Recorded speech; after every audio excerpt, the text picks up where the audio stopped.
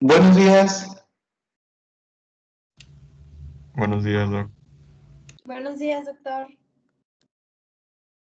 Ahí tienen la presentación en pantalla. Sí, sí Sí, se ve. doctor.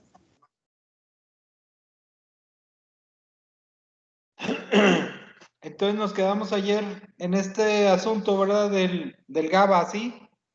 Así es. ¿O ando mal? No, sí, así es. Así es. Ujú. Digo, también ando mal, pero aquí nos quedamos en la presentación. Y entonces,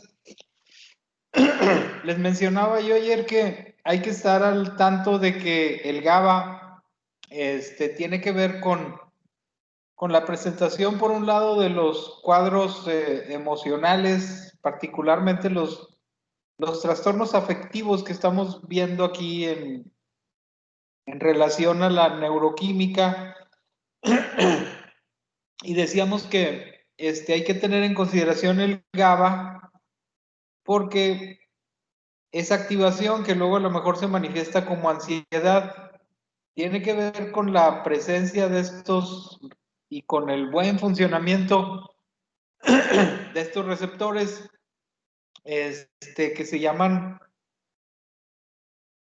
receptores de GABA, barbitúricos, benzodiazepinas, ionóforo de cloro, en donde llegan e interactúan diferentes sustancias que luego, digo, incluyendo el alcohol, se pueden utilizar terapéuticamente, como mencionábamos ayer, sobre este grupo de medicamentos que conocemos como benzodiazepinas, ¿no?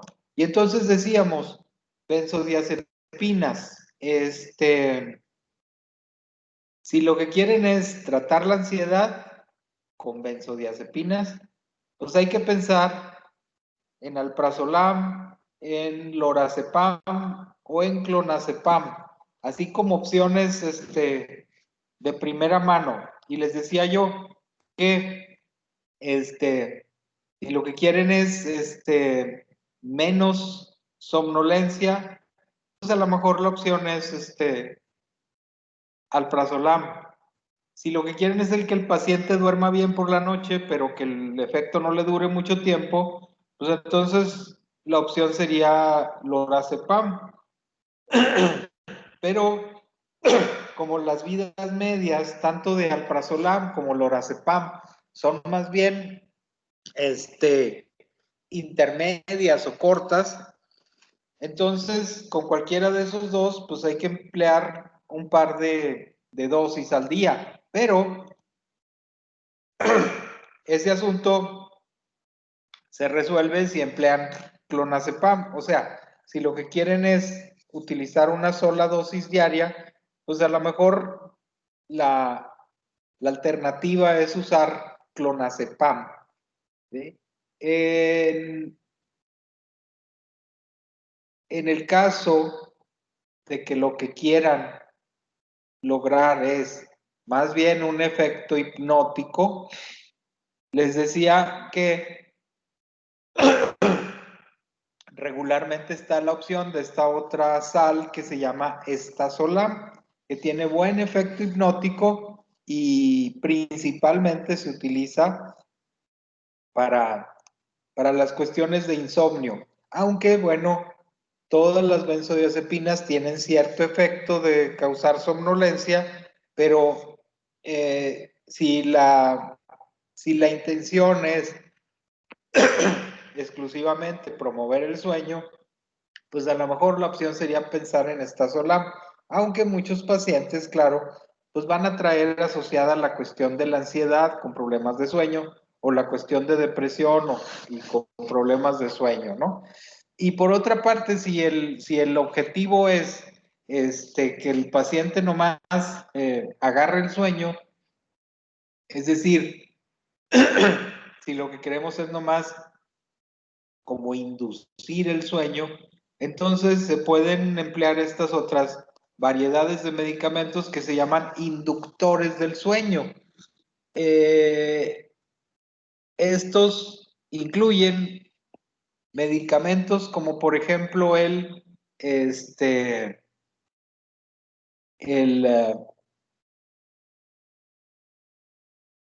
triazolam, ¿sí? El triazolam, que viene en tabletitas de 0.125 y 0.250 miligramos. El otro es el midazolam, que es también un inductor del sueño. Y una tercera opción sería el Zolpidem. Todos estos son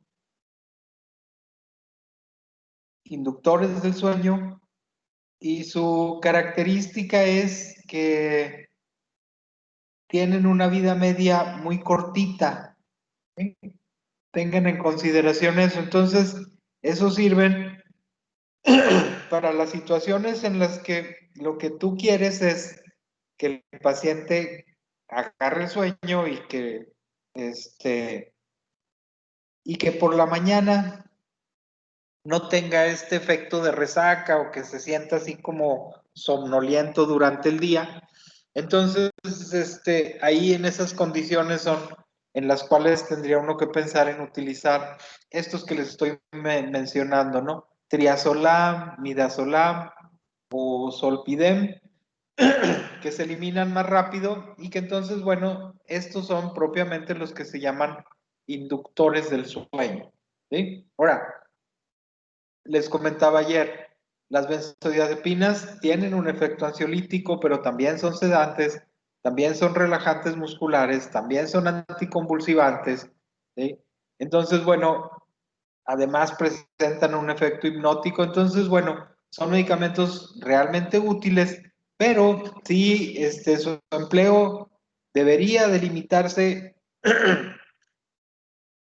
al menor tiempo posible. O sea, en general, lo que dice la teoría es, o las recomendaciones que luego se dan en general, es que se utilicen durante el menor tiempo posible. En el caso del tratamiento de pacientes con trastornos de ansiedad o pacientes deprimidos, pues regularmente se recomienda que se utilice la benzodiazepina al inicio del tratamiento y que se prolongue el empleo pues alrededor de un mes, mes y medio, para luego abandonar el empleo de la benzodiazepina y que la persona se siga tomando exclusivamente, por ejemplo, alguna variedad de medicamento antidepresivo para el tratamiento a largo plazo de la ansiedad o para el tratamiento también por tiempo más prolongado de un episodio depresivo. Entonces, bueno, pues eso hay que tenerlo en consideración, aunque en la realidad, luego lo que sucede es, vaya, lo que sucede en la práctica es que generalmente a los pacientes les caen muy bien las benzodiazepinas. O sea, el paciente realmente se tranquiliza, realmente siente menos angustia, realmente duerme mejor en la mayor parte de los casos. Entonces, lo que sucede frecuentemente es que la persona se toma el medicamento por un tiempo generalmente más prolongado de lo que usualmente se recomienda. Y por supuesto, sí es cierto que las benzodiazepinas tienen un cierto potencial de abuso, o sea, va a haber un pequeño porcentaje de personas que vayan a desarrollar un trastorno por consumo de sustancias.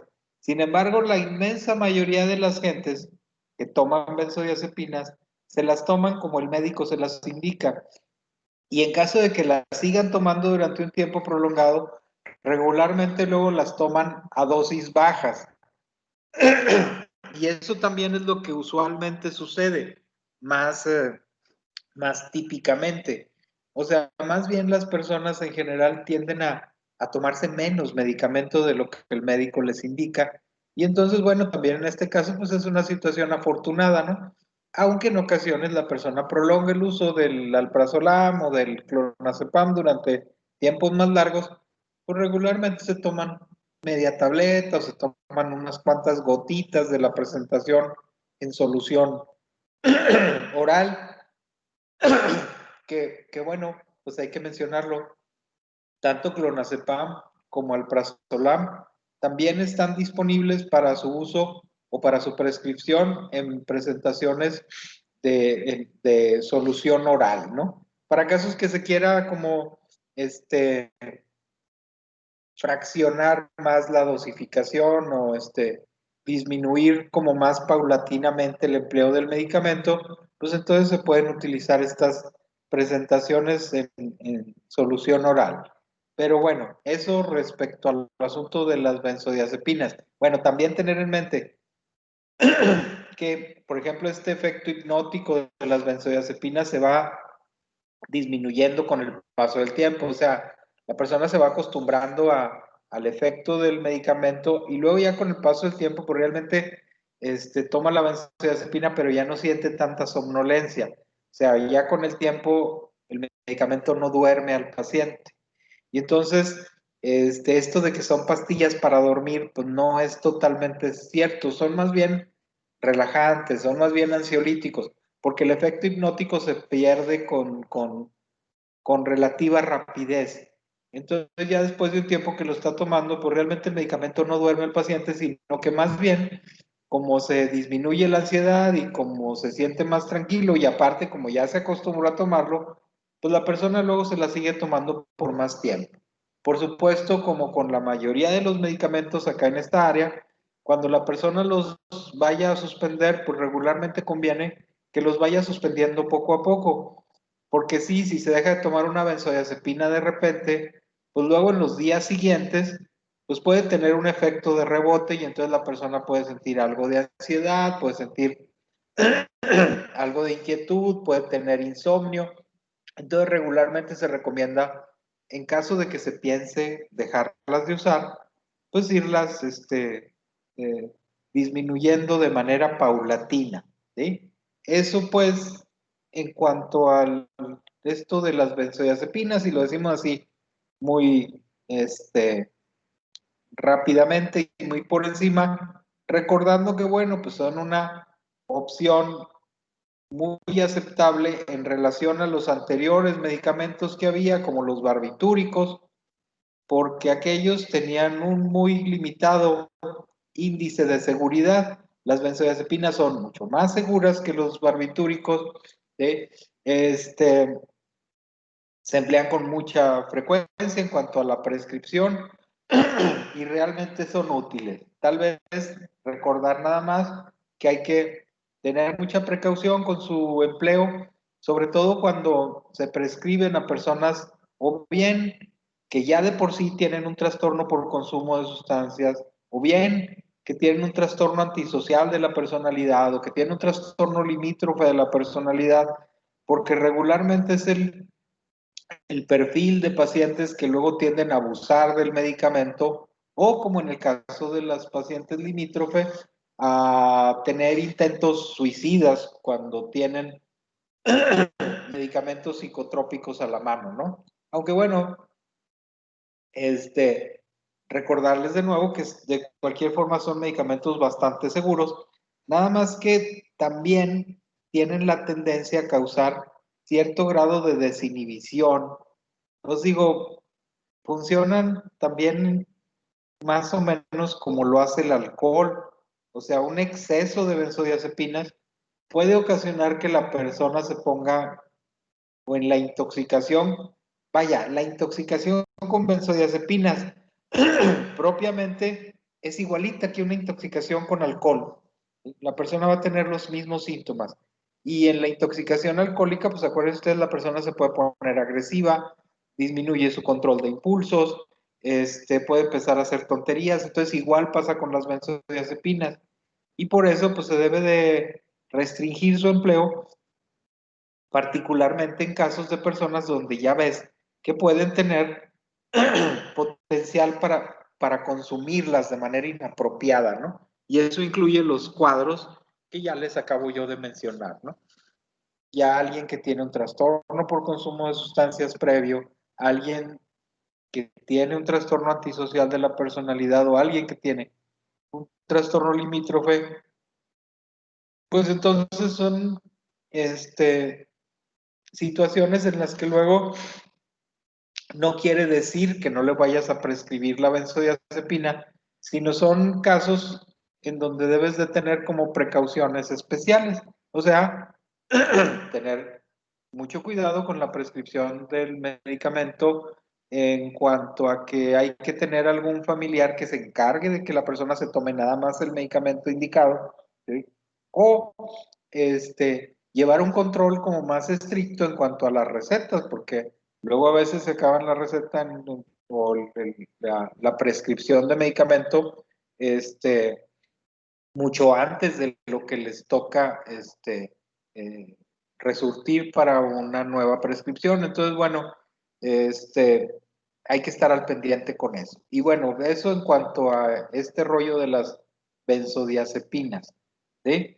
Que les digo, las pueden usar de diferentes tipos dependiendo del caso que estén atendiendo en ese momento, ¿sí? Y entonces, bueno, además de las benzodiazepinas, de las benzodiazepinas que estamos viendo en relación al sistema GABA, que por supuesto decimos, sistema GABA tiene que ver con depresión, pero luego, por supuesto, tiene que ver con la presentación de ansiedad, ¿no?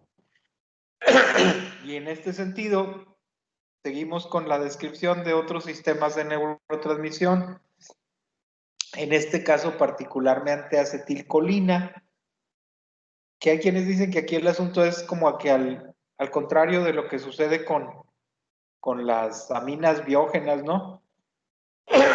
Si se acuerdan ustedes, cuando veíamos lo de noradrenalina, pues bueno, la hipótesis era una deficiencia de la transmisión noradrenérgica, eh, deriva en depresión y un exceso de noradrenalina puede precipitar manía. Bueno, les digo, como visiones simplificadas y también medio ingenuas de los temas, pero pues son las evidencias que se han ido acumulando y hay quienes pensaban en algún momento que probablemente en la depresión la transmisión colinérgica fuese excesiva, ¿no? Y también poco adecuada en la manía. El hecho es que probablemente la acetilcolina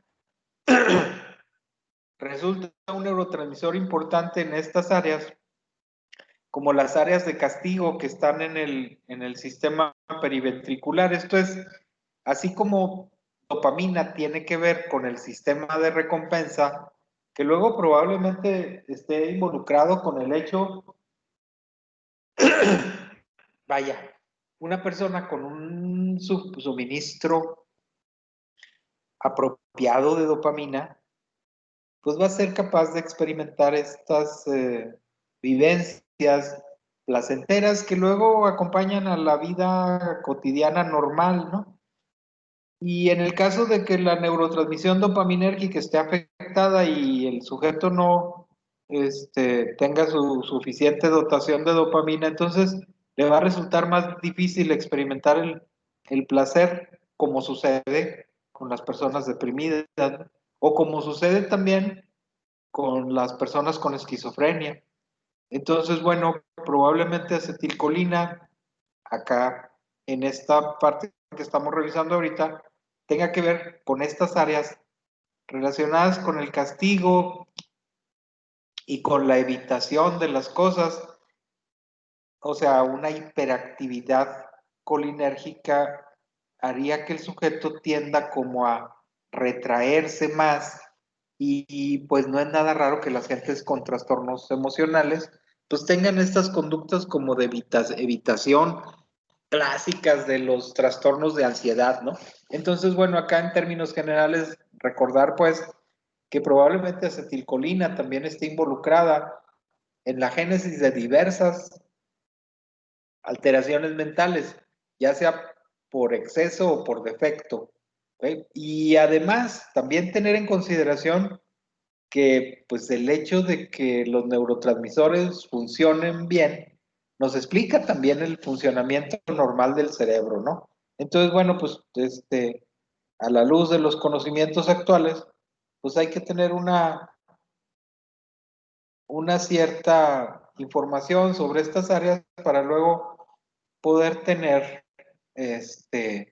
elementos para el abordaje de estos cuadros en el plano práctico, ¿no? Con ciertas explicaciones que luego den cuenta de por qué suceden las cosas, ¿no? Que a final de cuentas también es lo que luego le proporciona cuerpo al ejercicio de la medicina en general, ¿no? Entonces, bueno, acá una descripción de algunas de las áreas que están relacionadas con el papel de la acetilcolina en la depresión, particularmente importantes esas dos, ¿no? Las áreas límbicas y los núcleos dorsales en esa región de cambio entre el puente y el mesencéfalo, ¿sí? Que luego a final de cuentas van a inervar este campo tegmental gigantocelular con neuronas que poseen receptores muscarínicos, ¿no? Que acuérdense, bueno, los receptores colinérgicos pues tienen esas dos variedades por lo menos importantes, ¿no? Los muscarínicos y los nicotínicos. Y además, bueno, acá algunas evidencias más que relacionan este asunto de la acetilcolina con la depresión particularmente, ¿no?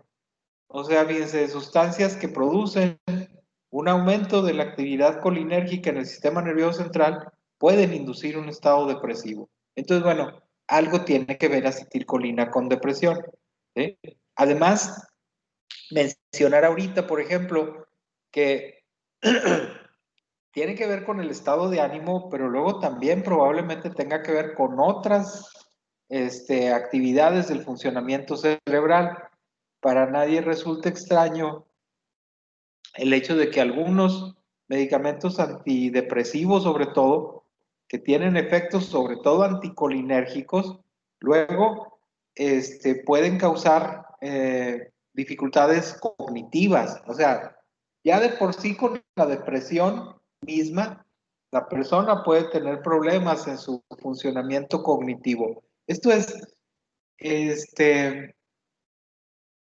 acuérdense que el paciente deprimido luego incluso dice que tiene dificultades para pensar de manera fluida como pensaba antes, o se queja de una gran indecisión, o sea que se le dificulta mucho tomar decisiones que antes le resultaban muy sencillas, o cosas muy básicas, como el hecho de que la persona luego se queja de que no puede poner atención suficiente o no se puede concentrar en las cosas como lo hacía antes de que empezara con el cuadro depresivo. Entonces, bueno, ahí está eso que precisamente es el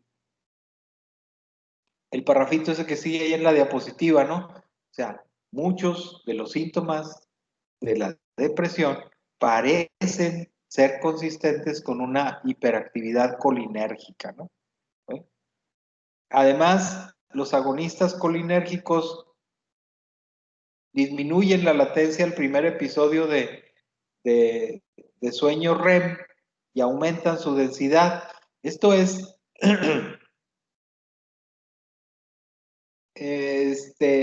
lo que ya mencionamos en algún momento, que luego también la depresión tiene que ver con la aparición de estos ciclos, sueño-vigilia, y de la aparición propiamente de los ciclos del sueño durante la noche, ¿no? Como se pueden luego visualizar en esa imagen que tenemos ahí, que luego es una imagen de un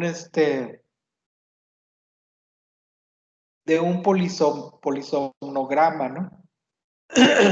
Y como en la parte de arriba se ve la aparición de los diferentes episodios de sueño REM que luego va teniendo la persona durante la noche. Y una de las cosas que se ha visto también en la depresión es que luego precisamente pasa eso. Digo, en las gentes deprimidas luego pasa de manera espontánea, que luego como que disminuye el tiempo de latencia para que aparezca el primer sueño REM, ¿no? Y luego, bueno, también no resulta raro que dentro de las manifestaciones de la propia depresión se incluyan alteraciones como las que decíamos del insomnio, Pero luego también la persona se queja de que muchas veces de que tiene pesadillas o de que tiene sueños desagradables. Entonces, bueno, como que luego las cosas se van ligando una con otra y acá estamos tratando de dar una explicación más o menos racional en el sentido de encontrarle un sustento propiamente neurobiológico, ¿no? Además, se ha detectado, igual que lo que decíamos de serotonina o de noradrenalina, que si el MHPG está más alto o que si se ha encontrado disminución del ácido 5-hidroxindolacético en el líquido cefalorraquídeo de pacientes suicidas, pues también en deprimidos y suicidas se han encontrado un mayor número de receptores muscarínicos, ¿no?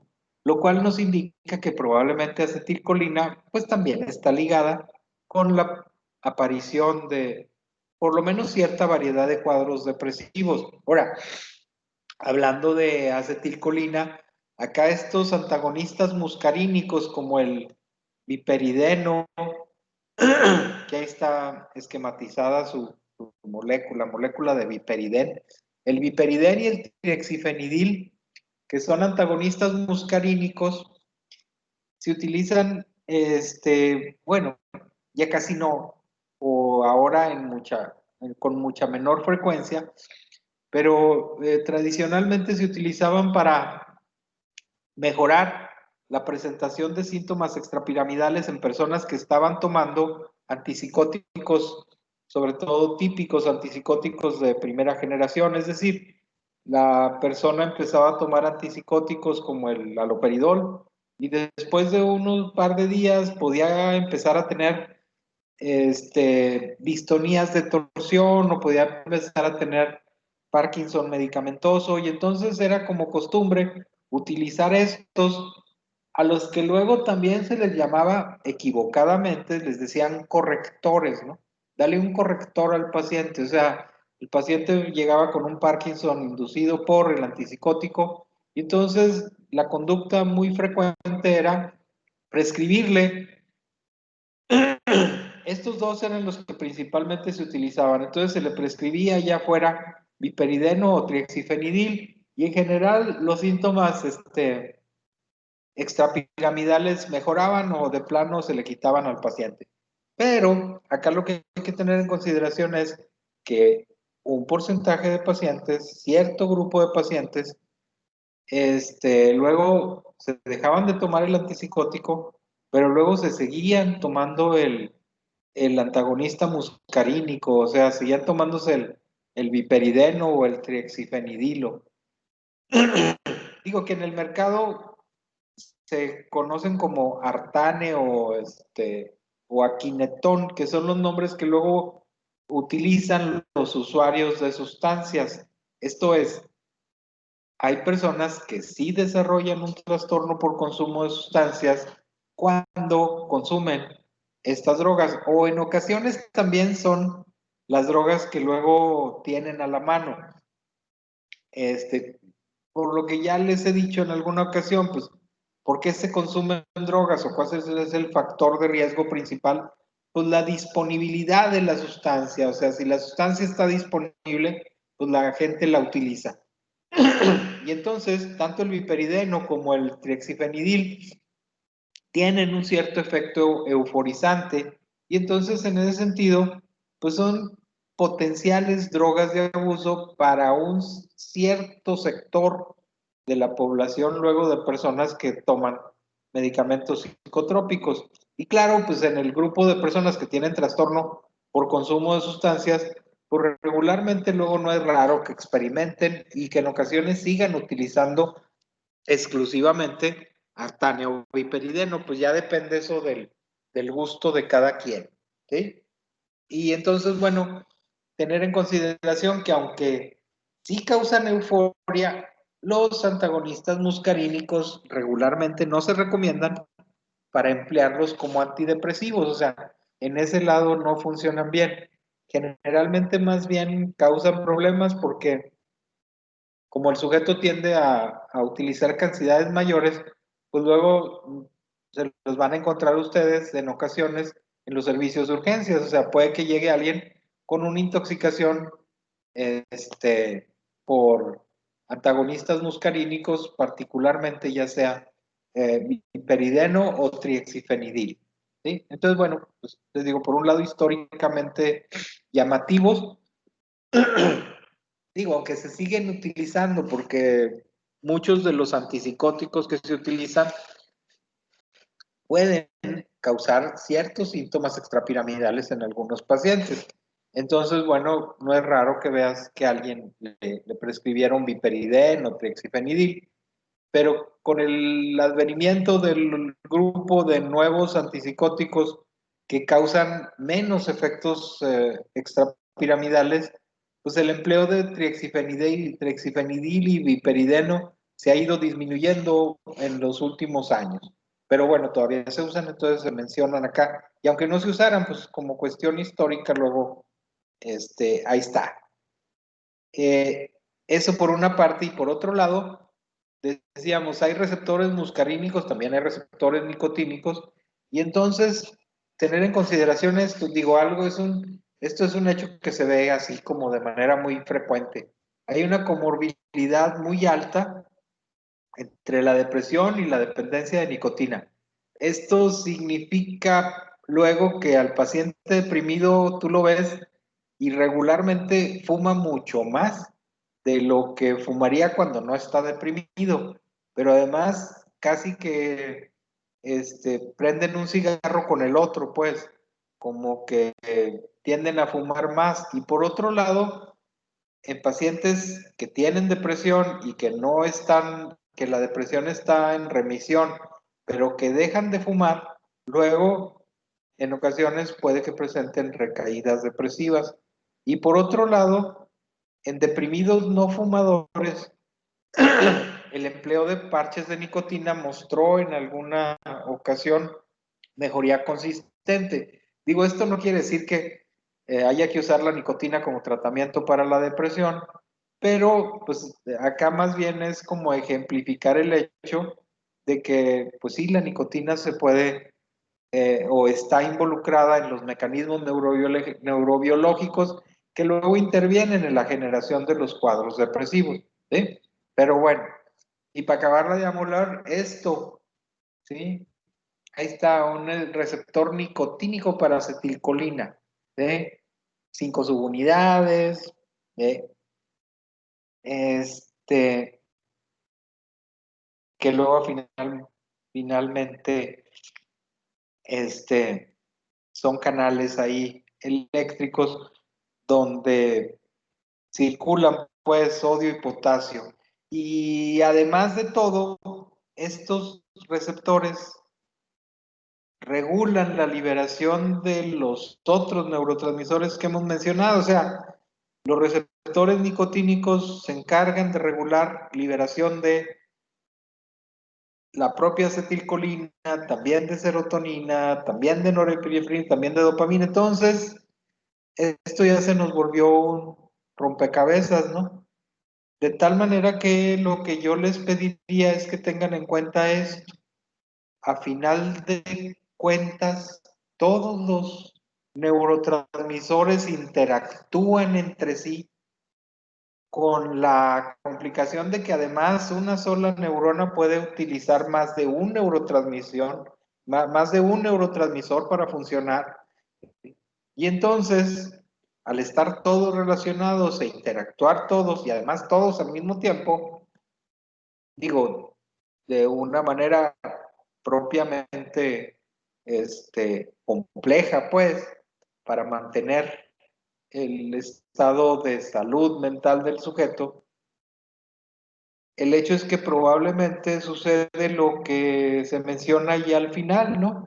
O sea, los trastornos del estado de ánimo y seguramente todos los trastornos mentales, pues muy probablemente tengan que ver con alteraciones, pues, en la cohesión del funcionamiento de los múltiples sistemas de neurotransmisión que luego además están implicados en estas situaciones de respuesta ante el peligro. O sea, a final de cuentas, cuando funcionan bien, pues son mecanismos adaptativos que luego nos ponen en funcionamiento y nos sirven para enfrentar las situaciones de la vida cotidiana, incluyendo las que llevan agregado algo de peligro, pero además, al funcionar inapropiadamente, pues entonces se puede presentar estas condiciones de, ya sea, por ejemplo, trastorno depresivo mayor, o ya sea de un trastorno de estrés postraumático, ¿no? O ya sea la presencia de un trastorno de pánico, de trastorno de ansiedad. Si consideramos luego que todos los sistemas de neurotransmisión están involucrados para permitir el funcionamiento, vaya, lo llamaremos pues armonioso del sistema emocional de cada persona, ¿no? Entonces, bueno, eso por este lado de la, de la cohesión entre los diferentes sistemas, pues, de neurotransmisión. No sé si en este momento hay alguna pregunta o alguna cosa que no esté clara o algo que quisieran aportar a todo esto o algún comentario.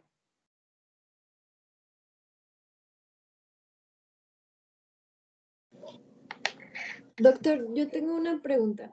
Entonces, de lo que acaba de mencionar de cómo se relaciona la depresión con el consumo de tabaco, entonces a los pacientes que, pues, o sea, que son fumadores y aparte presentan depresión, se les recomienda que sea como que, o Que sea, que se la sigan trate al mismo fumando, tiempo. Ajá, que o sea, siga. o que se la trata al mismo tiempo, o que use parches, o que es lo que más se recomienda. O primero una y Ah, luego otra.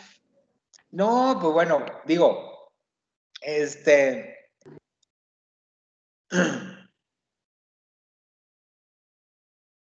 el, el problema ahí es doble, ¿no?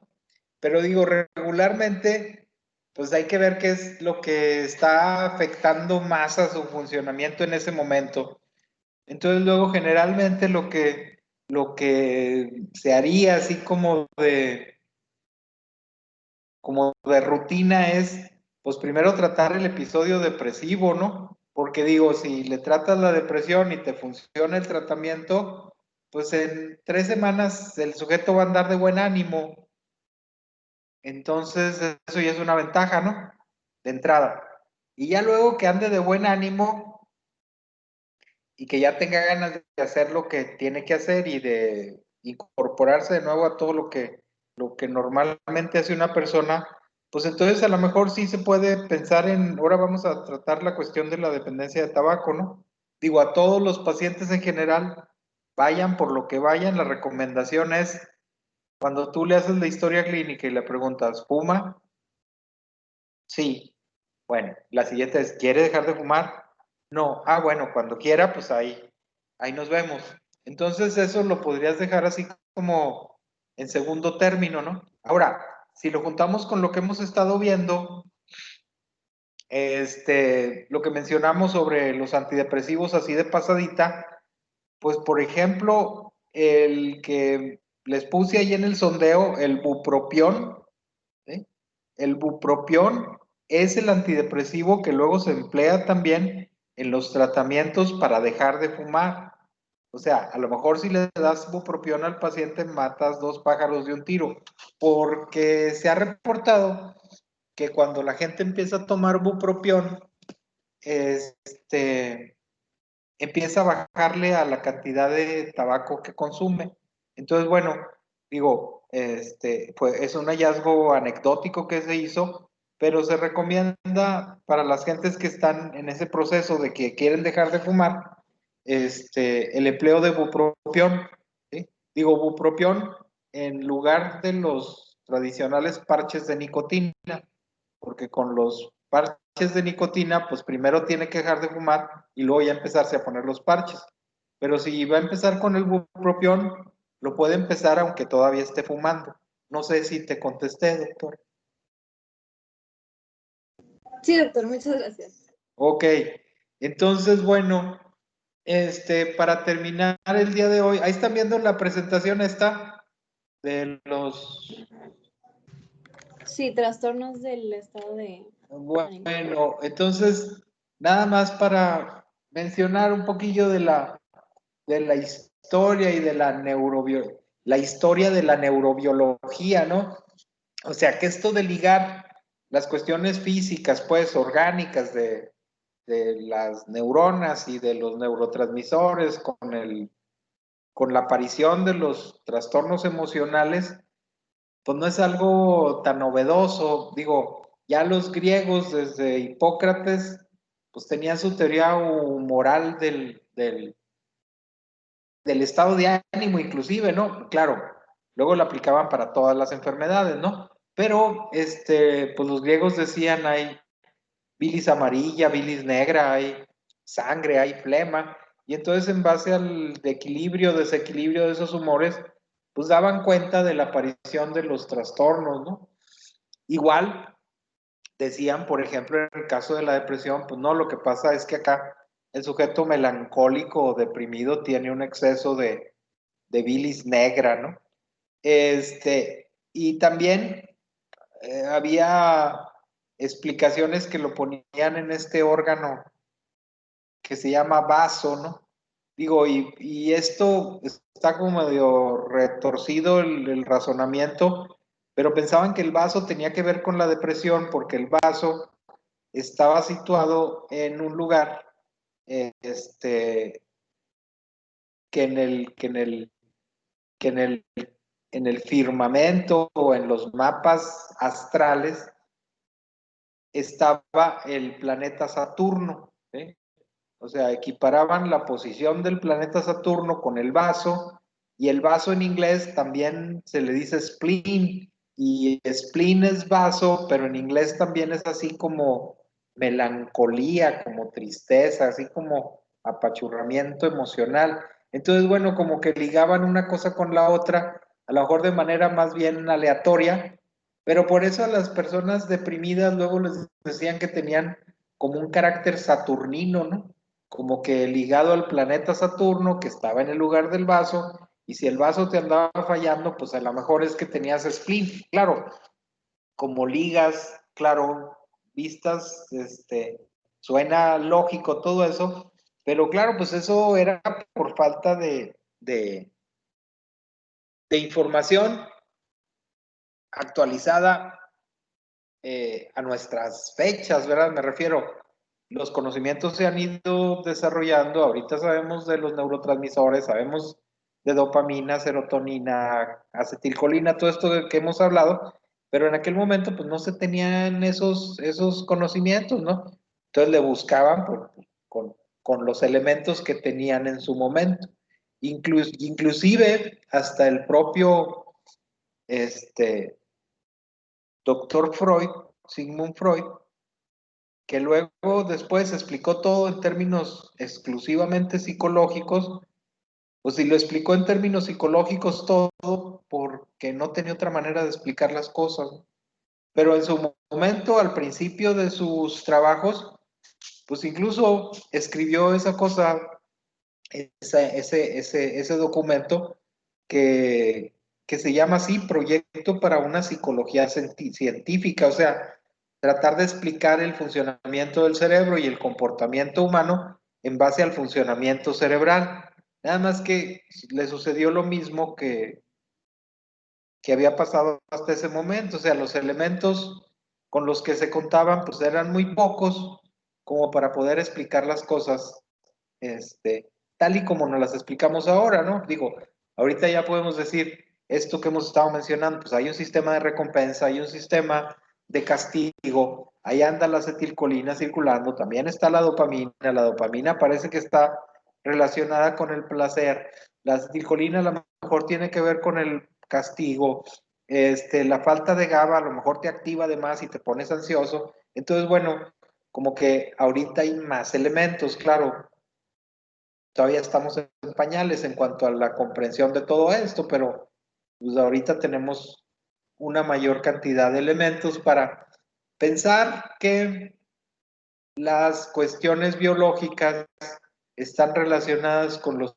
trastornos del ánimo. Y acá tenemos la situación de los ritmos biológicos que también se han relacionado con estas cuestiones del ánimo. Ahí está incluido lo que mencionamos cuando empezamos a hablar de noradrenalina, ¿no? Los ritmos de cortisol y la falta de supresión el test de supresión de dexametasona, que luego no se presenta la elevación de cortisol, o más bien, no se presenta la inhibición de la elevación de cortisol que luego se esperaría apareciera en una persona, en por lo menos un grupo de pacientes con trastorno depresivo mayor, y probablemente los ciclos de sueño-vigilia, los ciclos del propio cortisol o de la melatonina tengan que ver también con la presentación o no de un cuadro depresivo,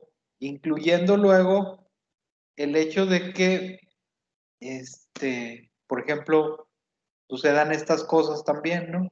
O sea, digo, una persona con un daño cerebral frontal izquierdo muy probablemente va a tener una depresión secundaria. Claro, ahí está como muy obvio, pues la persona tenía una pelota de tenis ahí en el lóbulo frontal izquierdo y se la resecaron o se la extirparon y luego después quedó deprimido, pues sí, bueno, ahí como que está muy obvia la relación, ¿no? Pero entonces a lo mejor estos cuadros de depresión, por ejemplo, en el caso de las lesiones frontales izquierdas, o los casos de manía, cuando hay lesiones en el lado derecho del sistema límbico o estas áreas temporobasales y en los ganglios basales y el tálamo, pues bueno, estos cuadros obviamente orgánicos se incluyen en la clasificación en estos grupos, por ejemplo, de los que llamamos